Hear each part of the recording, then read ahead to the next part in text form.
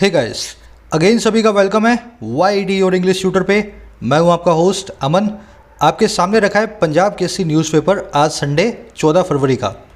इस न्यूज़पेपर से हम क्या करेंगे, आज के स्पेशल सेशन में मैं कुछ न्यूज़ उठाऊंगा और उनको हिंदी से इंग्लिश में ट्रांसलेट करूंगा।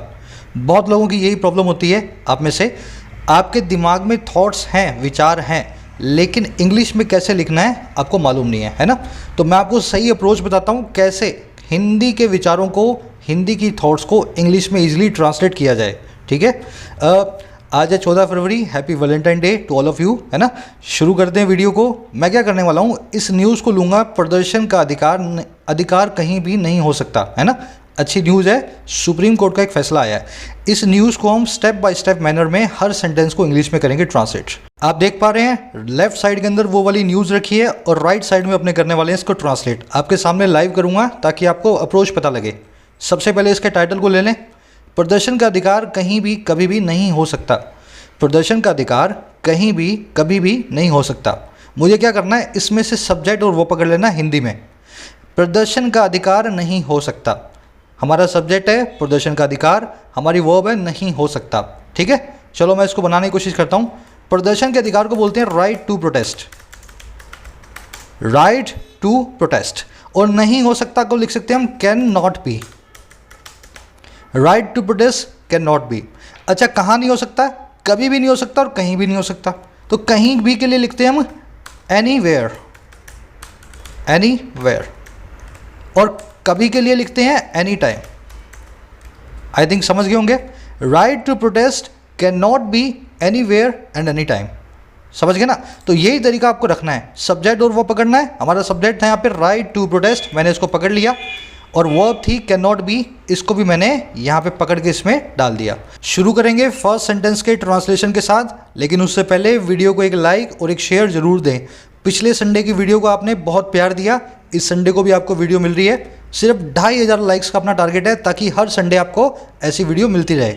चलिए आगे बढ़ेंगे। अब पहली लाइन को उठा रहा हूँ मैं। देखो लाइन हमारी ये कहती है, पहला सेंटेंस, सुप्रीम कोर्ट ने कहा है कि प्रदर्शन करने का अधिकार कहीं भी और कभी भी नहीं हो सकता, और इसने पिछले वर्ष पारित अपने आदेश की समीक्षा की मांग करने वाली याचिका खारिज कर दी। देखो इसमें और से पहले वाला सेंटेंस अलग है और से बाद वाला सेंटेंस अलग है। तो पहले मैं क्या करता हूँ, और से पहले वाला सेंटेंस ले लेता हूँ। ठीक है, सुप्रीम उच्चतम न्यायालय ने कहा है कि प्रदर्शन करने का अधिकार कहीं भी और कहीं भी नहीं हो सकता। तो सबसे पहले हमारा सब्जेक्ट है द सुप्रीम कोर्ट। कहने वाला कौन है? द सुप्रीम कोर्ट, उच्चतम न्यायालय, द सुप्रीम कोर्ट। ठीक है ना, सब्जेक्ट डाल दिया। अच्छा, इसकी वर्ब क्या है? सुप्रीम कोर्ट ने कहा है, तो हैज सेड। ठीक, दैट क्या कहा है? अब देखो दैट के बाद में एक और काम आएगा, प्रदर्शन करने का अधिकार कहीं भी और कभी भी नहीं हो सकता। तो जो ऊपर आपने लिखा है वो यहाँ फिर से लिख डालें, है ना। Right to protest, the right to protest, protest can not या can't be anywhere, anywhere and any time. बस आपको इस पूरे सेंटेंस को ऐसे ही करना था। पहले आपने सब्जेक्ट पकड़ा सुप्रीम कोर्ट, उसकी वर्ब पकड़ी हैज सेड, फिर आपने दूसरा सब्जेक्ट पकड़ा, इसकी वर्ब पकड़ी हैज सेड, फिर आपने दूसरा सब्जेक्ट पकड़ा राइट टू प्रोटेस्ट और उसकी वर्ब पकड़ी कैन नॉट बी। ठीक है ना, एनीवेयर एनी टाइम मतलब कहीं भी और कहीं भी, कभी भी। अब देखो और के बाद वाला ले लो सेंटेंस, इसने पिछले वर्ष पारित अपने आदेश की समीक्षा की मांग करने वाली याचिका खारिज कर दी। देखने में अजीब लग रहा है लेकिन बहुत सिंपल है। सब्जेक्ट क्या है? इसने। वर्ब क्या है? खारिज कर दी। इसने किसके लिए लगा है? The Supreme court, the Supreme court. ठीक, और खारिज करने के लिए वर्ड होता है अपने पास डिसमिस्ड। खारिज करना मतलब डिसमिस्ड। सब्जेक्ट वो पकड़ लिया और लिख दिया। अब देखो किसको खारिज किया, खारिज जिस चीज़ को किया गया वर्ब के बाद लिखें डिसमिस्ड अ पटिशन, याचिका को खारिज किया। पटिशन मतलब याचिका। अब बता दो वो याचिका कौन सी है? याचिका थी दैट डिमांडेड, जो कि मांग करती थी। अच्छा, क्या मांग करती थी? एक समीक्षा को, समीक्षा को बोलते हैं रिव्यू, किसी चीज़ पे पुनर्विचार या समीक्षा, है ना। That demanded a review. अच्छा, समीक्षा किसकी? पिछले वर्ष पारित अपने एक आदेश की, है ना। तो review of its order of the last year. Review किसका? इसके ऑर्डर का जो कि था पिछले साल का। अरे बहुत सिंपल है, सीधा सा मैंने काम किया, सब्जेक्ट को पकड़ा सुप्रीम कोर्ट, सुप्रीम कोर्ट ने काम क्या किया भाई, डिसमिस किया, तो वो पकड़ ली डिसमिस। क्या काम किया, वो डिसमिस किया एक पटिशन को। पटिशन कौन सी थी, जो डिमांड करती थी एक रिव्यू को इसके ऑर्डर की, और ऑर्डर कौन सा था, ऑफ द लास्ट ईयर, पिछले साल का। समझ गए। अब देखो दोनों सेंटेंस और से जुड़े हैं, सिंपल सा बीच में एंड लगाओ और दोनों को कर दो कनेक्ट।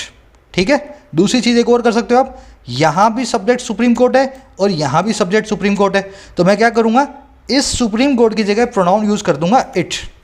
समझ गए ना, ताकि मुझे दूसरी बार इसको ना लिखना पड़े। बस आपका सेंटेंस सिंपल सा तैयार है। इस सेंटेंस को लिखने के दर्जन तरीके हो सकते हैं, 12 तरीकों से भी लिखा जा सकता है। हमने सिर्फ एक सिंपलेस्ट फॉर्म में इस सेंटेंस को कैसे लिखा जाए आपको मैंने समझाया। यहाँ पे अभी पटिशन के बाद का ये रिलेटिव क्लॉज जो है दैट डिमांडेड, इसकी जगह मैं ऐसा भी लिख सकता हूँ, petition demanding.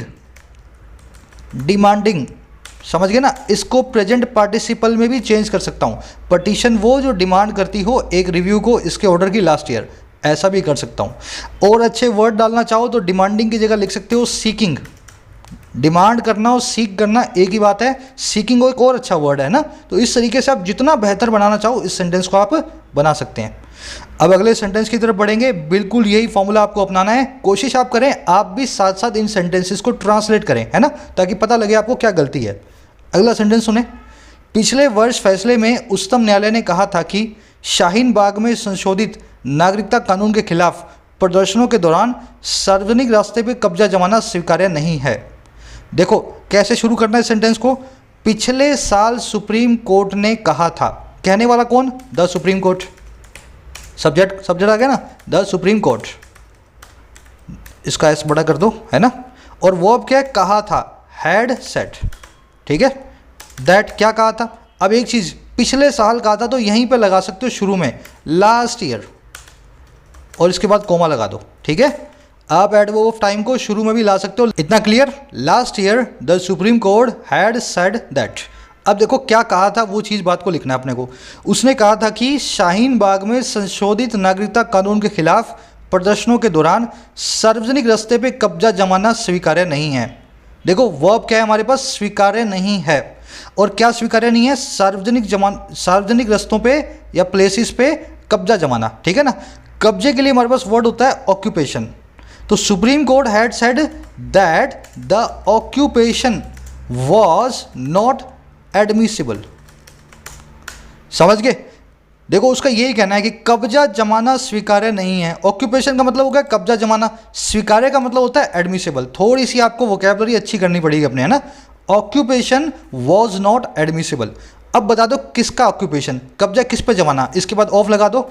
Occupation of the public places, सार्वजनिक स्थान है ना, तो पब्लिक प्लेसेस। अच्छा ये कब्जा किस वक्त था, शाहीन बाग में संशोधित नागरिकता कानून के खिलाफ प्रदर्शनों के दौरान, है ना। तो दौरान के लिए वर्ड आएगा ड्यूरिंग द प्रोटेस्ट अगेंस्ट नागरिकता संशोधन कानून, the CAA act in Shaheen Bagh. ठीक है, बन गया सेंटेंस। तो पिछले साल last year the Supreme Court had said, Supreme Court ने ऐसा कहा था, दैट वो ये कहा था कि जो ऑक्यूपेशन है, जो कब्जा जमाना है, और किसका, सार्वजनिक प्लेसेस का, ऑफ द पब्लिक प्लेसेस। और किसके दौरान, ड्यूरिंग द CAA प्रोटेस्ट, है ना, during the protest against CAA act. और कहाँ पे, इन शाहीन बाग। कह रहा वॉज नॉट एडमिसिबल, ये इसकी वर्ब होगी वॉज। सब्जेक्ट वर्ब से शुरू किया था और बीच में मैं घुसाता गया, सारे सेंटेंस को मैंने अपने हिसाब से बना दिया। बस बन गया आपका सेंटेंस, है ना। अब इसको और अच्छा बना सकते हो आप। ऑक्यूपेशन की जगह और वर्ड्स भी अपने पास, जैसे इसके लिए एक वर्ड है अपने पास एनक्रोचमेंट। ठीक है ना, एनक्रोचमेंट का मतलब ये होता है कब्जा जमा लेना किसी चीज़ पे गलत तरीके से, है ना। अच्छा एडमिसिबल, स्वीकार्य, इसके लिए एक और वर्ड भी अपने पास टेनेबल। अगर वोकैबुलरी अच्छी है तो इसको और अच्छा बना सकते हो इसी सेंटेंस को। अब एक काम करूंगा मैं, 2 सेंटेंस और करवाऊंगा, फिर आज का आपको एक होमवर्क दूंगा, आपको भी उस सेंटेंस को बनाने की कोशिश करनी है। ठीक है, एक सेंटेंस और देखते हैं, अच्छा वाला सेंटेंस है। उच्चतम न्यायालय ने कहा कि कुछ अचानक प्रदर्शन हो सकते हैं, लेकिन लंबे समय तक असहमति या प्रदर्शन के लिए सार्वजनिक स्थानों पर लगातार कब्जा नहीं किया जा सकता, जिससे दूसरे लोगों के अधिकार प्रभावित हों। बहुत लंबा सेंटेंस है, सिंपल सा शुरू करना है मुझे। उच्चतम न्यायालय ने कहा है कि द सुप्रीम कोर्ट, सब्जेक्ट ढूंढ लो, सुप्रीम कोर्ट, और कहा है तो हैज सेड दैट, उच्चतम न्यायालय ने कहा है कि the Supreme court has said that. इतना तो समझ गए। अब क्या कहा है दैट के बाद बता दो।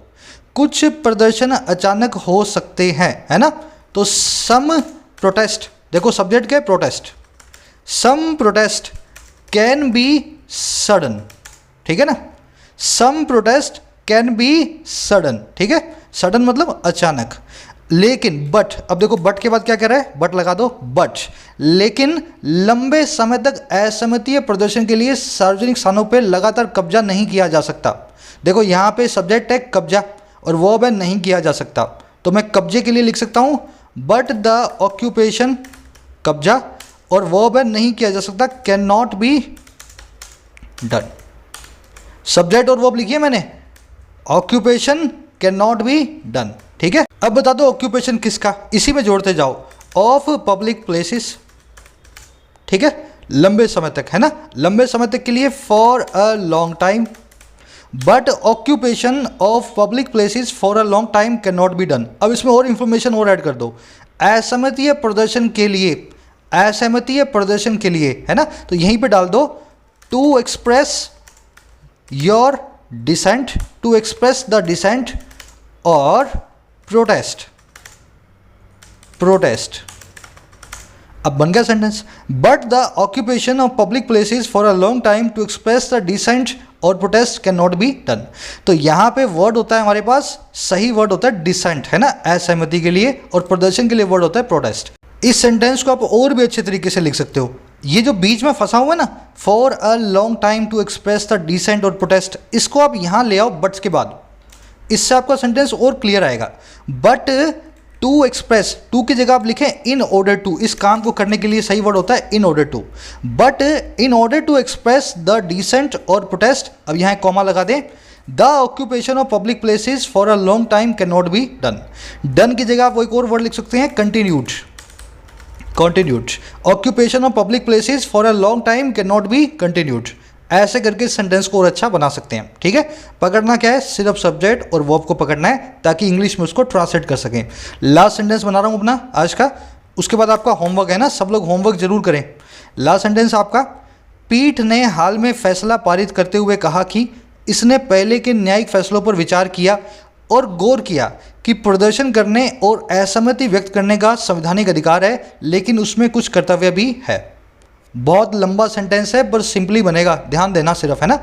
पीठ ने हाल में फैसला पारित करते हुए कहा कि, सब्जेक्ट कौन है, पीठ, पीठ का मतलब होता है इंग्लिश में द बेंच, जजेस की पीठ को बोलते हैं बेंच, है ना। तो the bench has said, bench ने कहा कि, the bench has said that. अब वो क्या कहा अपने आगे बताएंगे, लेकिन इसमें क्या बताया साथ में, हाल में फैसला पारित करते हुए। अब मुझे यहाँ पे एक प्रेजेंट पार्टिसिपल साइमल्टेनियस सेक्शन लगाना है, दो काम एक साथ हुए ना, तो मुझे लिखना है गिविंग अ रीसेंट ऑर्डर, एक हालिया ऑर्डर को देते हुए, है ना। ऑर्डर की जगह लिख दें रूलिंग, या इसको लिख दें जजमेंट, जो मर्जी लिखना चाहें आप लिख दें जजमेंट। इतना क्लियर, रूलिंग देते हुए, जजमेंट देते हुए बेंच ने ऐसा कहा कि, है ना। अब देखो क्या कहा, इसने पहले के न्यायिक फैसलों पर विचार किया, इसने विचार किया, सब्जेक्ट हो गया, इसने विचार किया, इसकी वर्ब होगी इट हैड कंसीडर्ड, ठीक है। और क्या कंसीडर किया, किस पे विचार किया, अपने पहले के न्यायिक फैसलों पर, इट्स ओल्डर जुडिशियल रूलिंग्स, समझ गए। तो इसने, it had considered it's older judicial rulings, और गौर किया, एंड ऑब्जर्व्ड, गौर करने का मतलब होता है ऑब्जर्व करना, ठीक है ना। ऑब्जर्व दैट, अब क्या ऑब्जर्व किया, अब देखो आगे बता दो, प्रदर्शन करने और असहमति व्यक्त करने का संवैधानिक अधिकार है, प्रदर्शन करने और असहमति व्यक्त करने का अधिकार संवैधानिक है, ऐसा बोल सकता हूँ, है ना। That the right is constitutional, संवैधानिक मतलब कॉन्स्टिट्यूशनल, और राइट कौन सा है, the right to protest and express dissent. प्रदर्शन करने के लिए वर्ड होता है प्रोटेस्ट करना, और अभिव्यक्ति करने का मतलब है, व्यक्त करना मतलब एक्सप्रेस करना, डिसेंट मतलब असहमति। तो इसने यही बोला, the right to protest and express dissent is constitutional, समझ गए ना, सब्जेक्ट वो बन गई, इसलिए आपका ये सेंटेंस बन गया। लेकिन उसमें कुछ कर्तव्य भी हैं, but it contains some duties as well, लेकिन उसमें कुछ कर्तव्य भी हैं, but it contains some duties as well. यहाँ पे सब्जेक्ट हो गया, इसमें इट, और वर्ब होगी कंटेन, मतलब हैं, रखते हैं। बस यही अप्रोच आप फॉलो करें, सब्जेक्ट वो को पकड़ें, इंग्लिश के अंदर उसको ट्रांसलेट कर डालें, बाकी वर्ड्स को प्रेपोजिशन के जरिए जोड़ दें, आपका सेंटेंस हो जाएगा रेडी। इस चीज़ को करने के लिए आपको करनी पड़ेगी ढेर सारी प्रैक्टिस। आज से आप शुरू कर सकते हैं। ऐसी हमने 8-10 वीडियोज़ और भी की हैं, आपको सिर्फ सर्च करना है यूट्यूब पे YET राइटिंग स्किल्स, एक पूरी प्लेलिस्ट आपको दिखेगी, ऐसी सारी वीडियोज़ आपको दिख जाएंगी, है ना। दूसरी चीज़, अपना आज का एक सेंटेंस लें हिंदी वाला, और उसको आपको ट्रांसलेट करना है इंग्लिश में। मेरा ट्रांसलेशन आपको कुछ घंटों के बाद कमेंट सेक्शन में मिलेगा, ठीक है। सेंटेंस सुन लें अपना। पीठ ने शाहीन बाग निवासी कनीज फातिमा और अन्य की याचिका को खारिज करते हुए कहा, प्रदर्शन करने का अधिकार कहीं भी और कहीं भी नहीं हो सकता, ठीक है। पीठ ने शाहीन बाग निवासी कनीज फातिमा और अन्य की याचिका को खारिज करते हुए कहा कि प्रदर्शन करने का अधिकार कहीं भी और कहीं भी कभी भी नहीं हो सकता। ये सेंटेंस है, कोशिश करें इसको ट्रांसलेट करें इसी तरीके से और करके कमेंट सेक्शन में डालें, मेरा रिप्लाई मिलेगा कमेंट्स में। तब तक के लिए साइनिंग आउट।